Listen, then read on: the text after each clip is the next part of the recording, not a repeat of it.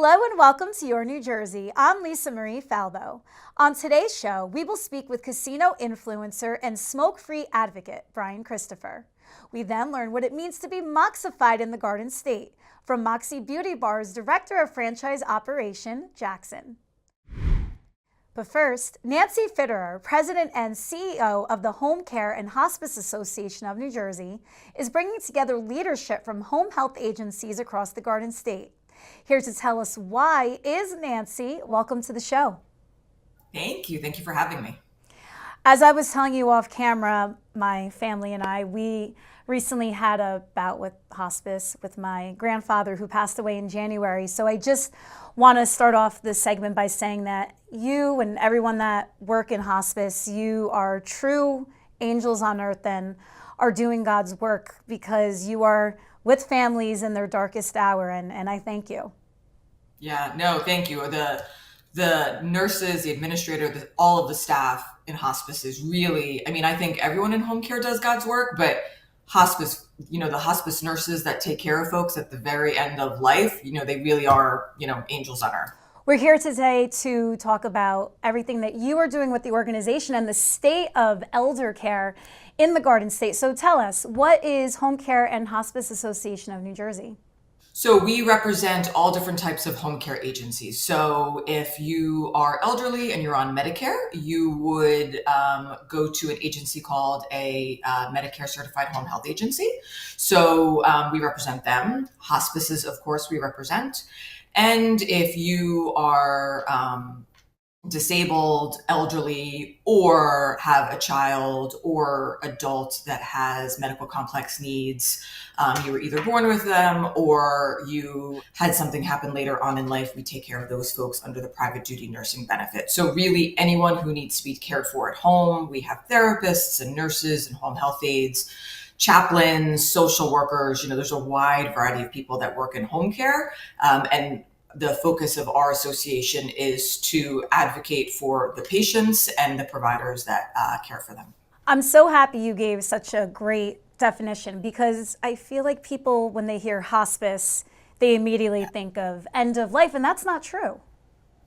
So hospice isn't necessarily end of life, and palliative care. So something that people don't talk about enough is palliative care. So palliative care is really if you have a disease that is a progressive disease, but a disease that you may need medical care, but not end of life care by any stretch. You could live for years with a particular type of disease. You could be eligible for palliative care. Also, many of our members also offer palliative care services, and it's more supposed to be all of your doctors working together, right? So if you have a particular disease, you may be on a bunch of different medications. And the purpose is to have all of your doctors talk to each other and come up with a plan, not only a medical plan, but a social plan. So that way you know what to expect, you know the best way to live your life with this disease. So, not only home care does palliative care, but a lot of times palliative care is also considered, they think of hospice like, oh, I'm getting palliative care, I'm at the end of my life. And that is the exact opposite of what it is. It is really supposed to make someone have a better life for as long as they have. And it could be years. You don't go on palliative care if you've got a few months to live. You go on palliative care because you have a disease and need, you need to be guided on the best ways to manage your disease, but also on ways you can live your life with your disease. The elder care population in the Garden State is larger than ever before. So government funding, and I know that's what you want to come on here and talk about today, is so important to the hospice community. Please explain to our audience why that is. Sure. So, Americans want to age at home. And if COVID showed us anything, it shows that people want to be at home. They'd rather be at home than in any other avenue, even if it's an assisted living. So we are now taking care of an elderly population that continues to age at home, but that really means that our nurses, our aides, our therapists really need to be skilled. People are living longer. And so 20 years ago, the average rate of death would have been one thing, and now it is, even in a short period of time, it has extended. So that means we've got more people to take care of. More people are living into their 90s than ever before. So we've got more people to take care of. And their medical complexities continue to increase. So, for example, under our personal care program, we take care of the disabled and we take care of the elderly, and many of them would have Medicaid. And so that number continues to increase. So we tracked it over a long period of time. It has increased every year. And so as it increases, we need to make sure that we have enough aides and nurses to take care of all of those folks. And at this point, with the workforce shortage, there's just not enough people to take care of them. The Department of Human Services is coming up with, they created this Jobs That Care campaign, and it is for home health aides and direct service professionals. Direct service professionals take care of people with disabilities. So they are creating a public service announcement that they are hoping to have launched very soon. And it's really trying to convince people to be a home health aide or a direct service professional. So I'd say, I think we have about 85% of our home health aides are women, and I think over 60% are of color. And while we have a lot of home health aides, they typically are African American or Hispanic. And so there are many communities that don't necessarily have home health aides that come out of them. And so one of the target audience is going to all these different ethnic communities and saying, this is what it is to be a home health aide. This is what it is to be a direct service professional. You may have cared for an elderly person or disabled person in your family. What about doing it more globally and helping other people? So, they are trying to attract more aides. I know the Department of Human Services received a grant, not only to fund that program, but to fund a home health aide program to get more aides get more people to become home health aides. They funded programs for current home health aides to increase their education, meaning different certificates they could get, let's say, on dementia. So that way they could really be specialized in dementia and take care of those folks. So they are helping. Governor Murphy's administration has been giving us increases for our home health aides for a while under the Medicaid budget. However, it hasn't been enough, only because you have COVID that hit, you have inflation, you have minimum wage. So when you add all of these things, you have these government mandates that we need to do certain things and they don't pay us extra for it. So when you add all these things in, while we've gotten increases throughout, not really large increases, but increases, it still hasn't helped keep a home health aide, because you can work at a retail store and get paid as much as you can, or actually usually much more than if you're a home health aide. But the work isn't nearly as fulfilling. And I know you're so passionate about the work. How did you get involved with hospice care? So my dad has Alzheimer's, and I take care of him. And it's interesting because, I worked for the state for many, many years. And when I was looking to find a new position, I was talking to some folks, and I talked to the person that had this job. And, I'm passionate. I'm passionate about people being taken care of where they want to be taken care of. I want to make sure that we take care of our most vulnerable population. So again, that would be our elderly, our disabled, our kids in hospitals. And so it just seemed like it was a really good fit for me. And, being Egyptian, my dad is Egyptian, and I couldn't have someone who he didn't know, that didn't know Arabic, I couldn't have them come and take care of him. So I had to figure out a way to have someone come that he wanted to talk to, and he thinks of him as like his buddy that he goes out with.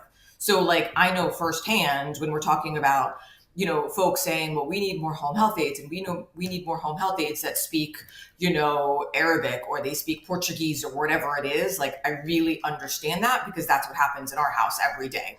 As I shared about my grandfather, him and my grandmother had live-in, and it was important that live-in spoke Italian, and that was so hard. And I remember I'm working all my different contacts. Ken Zantz from Alzheimer's, New Jersey, that's a mutual connection of ours, and I called Ken, and I'm like, do you have any Italians in your Rolodex that you can refer?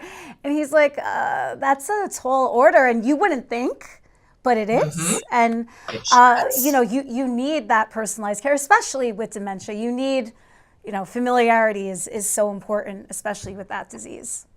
Yeah, 100%. You can't keep switching people, right? Like that would cause so much harm and not help. So you need to find someone that they feel comfortable with. And again, that understand whether it be the language, whether it be the custom or the culture, you can't take that for granted. And all of our home health aides again do God's work and we are thankful for all of them, but we need to increase that pool so that way when someone says, I really need to find someone who speaks whatever the language is, we can say, yes, we can accommodate that. We have our insurance companies call and say, all the providers, and they kind of put a bulletin out. We need someone who speaks this language. Sometimes it works, sometimes it doesn't. So that's one of the ways we're trying to work with the state to see if we can, increase that population. It's like harder than online dating, like all the other. It's like so hard to find a match when it comes to home health care. Definitely, on the kids' side too. On the other end of the spectrum, it's all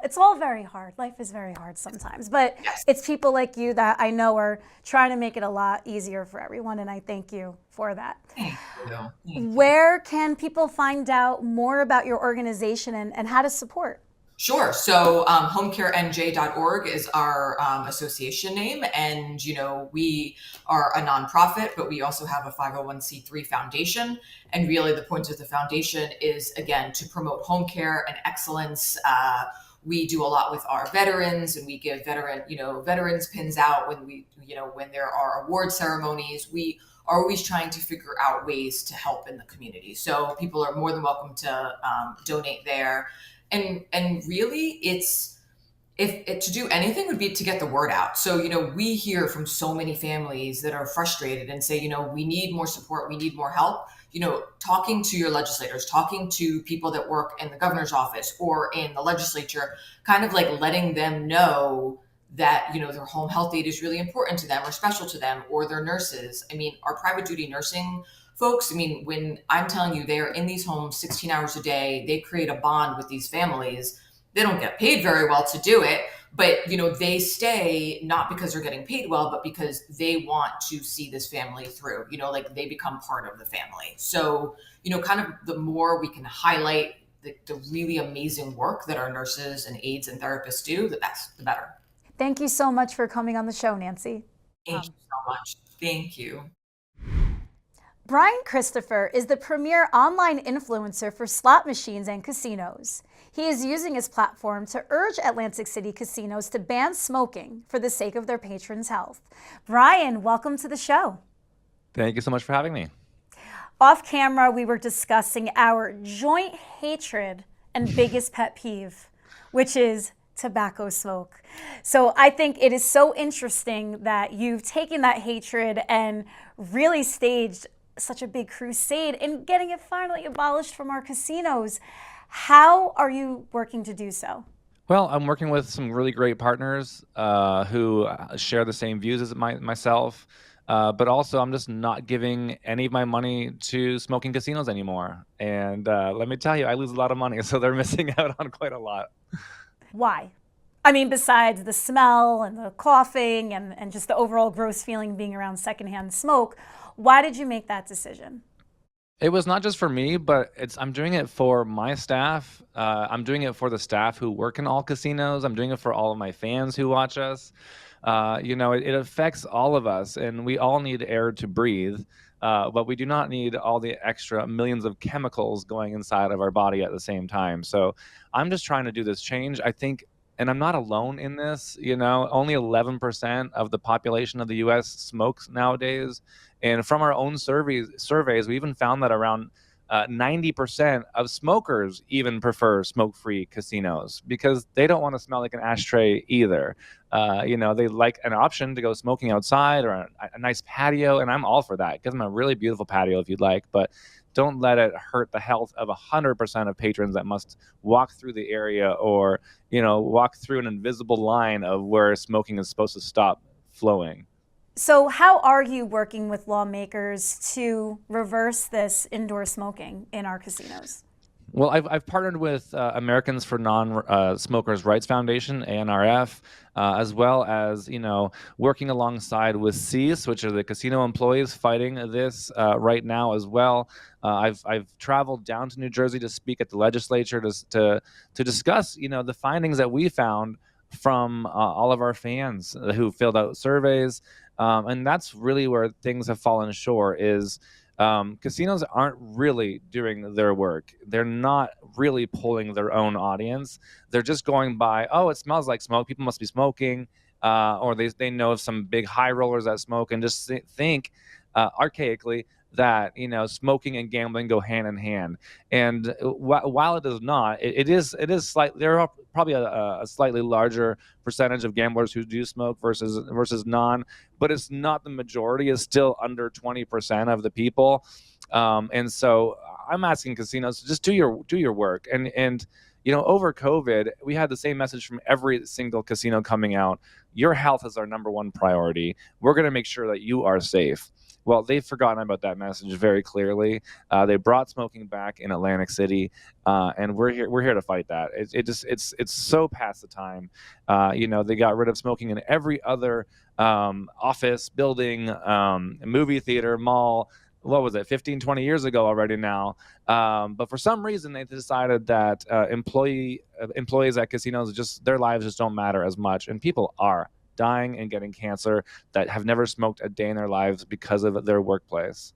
When you've gone to meet with New Jersey lawmakers, I know you said before the casinos have resisted, but what have the lawmakers said?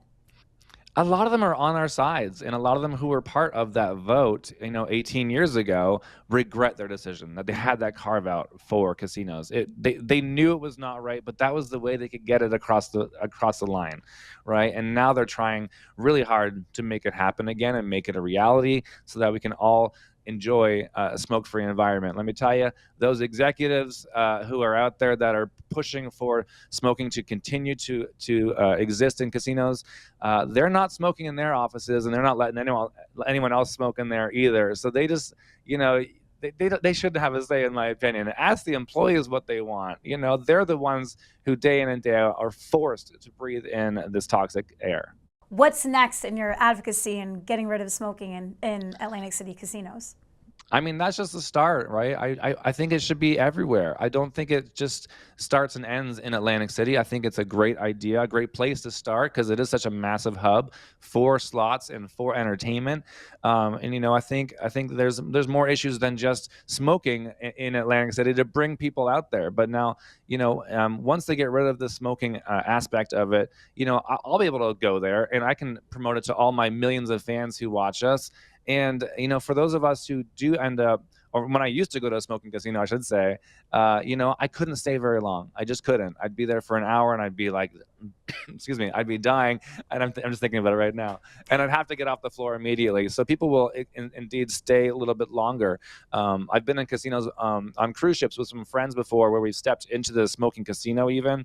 And my friends are like, no, can't do it. And they leave. So they won't even gamble. They won't even put $1 in. They're like, we can't deal with this, And casinos really, they're looking to attract the younger generations right now. And these younger generations did not grow up smelling a cigarette ever in their lives, right? They never experienced it in restaurants and bars like we did growing up. And so now they're expected to go there and drop money and even work there in that environment. They don't want to step foot in there. They're going to go somewhere else and find a different job. So they really need to wake up to the times. It's so antiquated for sure. And you have such a big platform, and I think it's so beautiful, the integrity that you show, and being so picky and choosy where you go and you perform, but also just sharing such a lesson to your young followers. I think it's very inspiring, Brian. Thank you so much. And I just hope that everyone does follow suit, and, just drive an extra 20 minutes, drive an extra half an hour or an hour to another casino that has smoke-free gambling spaces. Because the issue, like I said, is gamblers go to casinos to gamble. And if the closest one to them is a smoking casino, a lot of them just opt for it because it's close and convenient because they want to gamble. And smoking casinos might look at that and think, oh, but we're busy already. Why would I get rid of it, right? Think about your customers first. Put their health first. Put your employees' health first above all else. Where can people watching throughout the Garden State right now join your crusade and back you? Thank you. Our website is bcslots.com. On Facebook, you can look up Cease. That's CEASE. They have a few different pages on Facebook that you can find out about their fight. And actually, on our website, you can go to bcslots.com/smoke-free. And on that page, we actually have a lot of great information. A lot of the stats are on there from our surveys, and all the links to the smoke-free casinos that you can visit across the country. Brian, I hope that you are successful very, very soon because we need you and your talent in Atlantic City. Thank you. I really appreciate that. Moxie Salon and Beauty Bars started in Montclair and now has 21 locations throughout the Garden State. Jackson, the Director of Franchise Operations, joins us now. Jackson, welcome to the show. Hey, how are you? It's so good to be here. It's so good to be here with you too. I am a Moxie frequent flyer, so I know and love everything that the franchise stands for. Tell us how the franchise got its start and the stronghold it has on the Garden State. So, for those who are a little unfamiliar, you may have seen Moxie popping up all over New Jersey, but it started with the actual Moxie twins, Jen and Jamie, who are from Saddlebrook, New Jersey, and it started about 15 years ago. And basically, these are two beautiful twins who were making over people in the bathroom of high school, which led to them making over people as actual hairstylists. And then one of them is actually allergic to hair color. So, the one that's allergic to hair color does hair extensions, and then the other one focuses on the color and the cut. So what they realized in the beauty industry is that if two people who are of the same caliber are working on you at the same time, that not only can you do double the amount, but you can do it twice as fast, and people just loved it. And so that was about 14 years ago when they first started in Montclair, actually. Now our flagship stores are Morristown and Kinnelon. We also have one as well. Montclair is owned internally by somebody from the company. We call him Uncle Vic, but he's our contractor, actually. He helps bring all the beautiful stuff that you see behind me to life in every Moxie that you see across New Jersey. And we actually have expanded into 2 new states, New York and Connecticut. That is so fun. And I remember day one when the twins got their start, and the concept of a blowout bar was new. And for someone who has curly, frizzy hair, that was a godsend because I don't know how to do my own hair. So it was really nice to go to a local salon like that, get an express blowout, and then go about my business. And they've really got that model down pat. Yeah. Well, I think where the model kind of like fell short during that inception of like blow dries, I think we're all talking about like 2012 to 2016 when sort of these abbreviated services kind of came into play. It sort of became hopping around from place to place. So you're going to go to one place to get your makeup, you're going to go to one place to get your blow dry, and then the place that does blow dries, they only do blow dries, so you can't get a cut, you can't get your color done. So it sort of like isolated and abbreviated the market in a way that like I feel like the girls, the Moxie twins, just felt like was a disservice to both clientele and us as stylists. And you can show up for just a nice blow dry, or you can show up for a blow dry and you can get fully moxified at the exact same time. Really, the options are limitless in a Moxie, and we find that our clients just love that.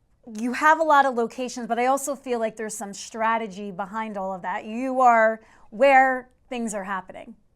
Yes, we are where things are happening, and we're also not on top of each other either. We've also done, like, if you're a New Jersey hair salon owner right now and you're kind of at that break-even point and you're wondering kind of what is the next 5 years of my life looking like, or even if you're just clearing a small profit margin, we've actually done a takeover. Our East Brunswick location was an existing salon for 4 years that we actually converted now into a Moxie.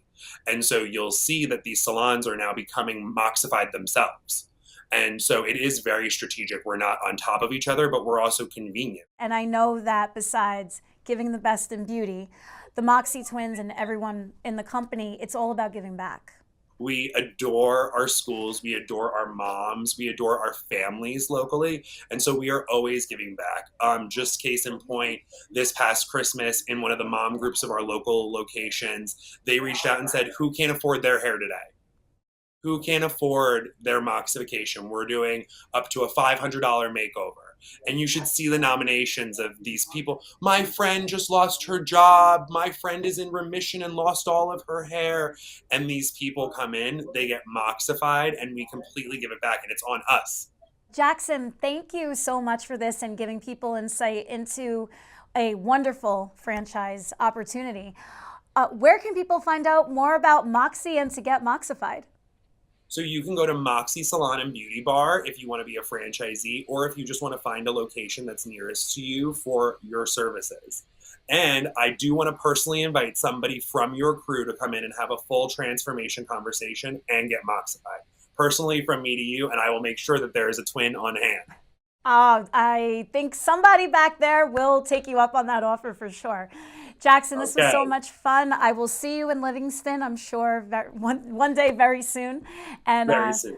And yeah, we'll have a lot of fun. It's always fun with you. Thank you. It is great. All the best. Thank you so much. Thank you for joining me on another episode of Your New Jersey. I'm Lisa Marie Falbo. We'll see you back here next week.